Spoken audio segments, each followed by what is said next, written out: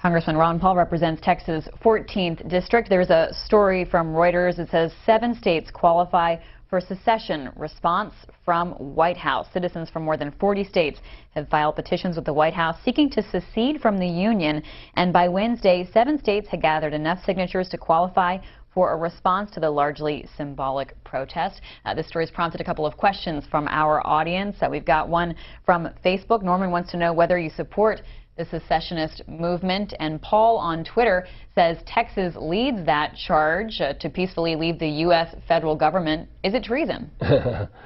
Well, I don't call for secession, but I call for the principle of secession being recognized. The founders believed in it. There's no prohibition in the Constitution against secession. They all understood that they were coming together, and if they're voluntarily coming together, they can voluntarily leave anytime they want. And that, they were protected with that belief with the 10th Amendment.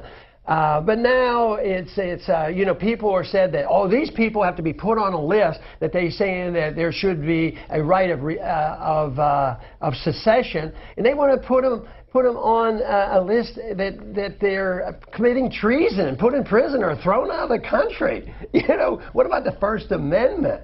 So no, the principle of secession is very important.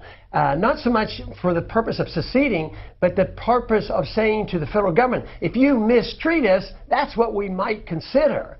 So I don't think anybody's serious about that happening soon or anything else. But if you just had that principle, that nullification is the same thing. What if the states could nullify the law?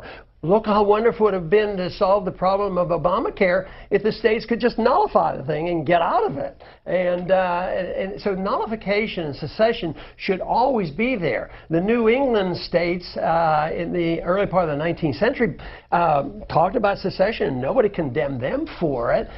Secession is what we did when we left England. We seceded from England. It was a wonderful thing. And nobody complained about the secession of the Eastern Bloc nations seceding and getting out of the communist bloc.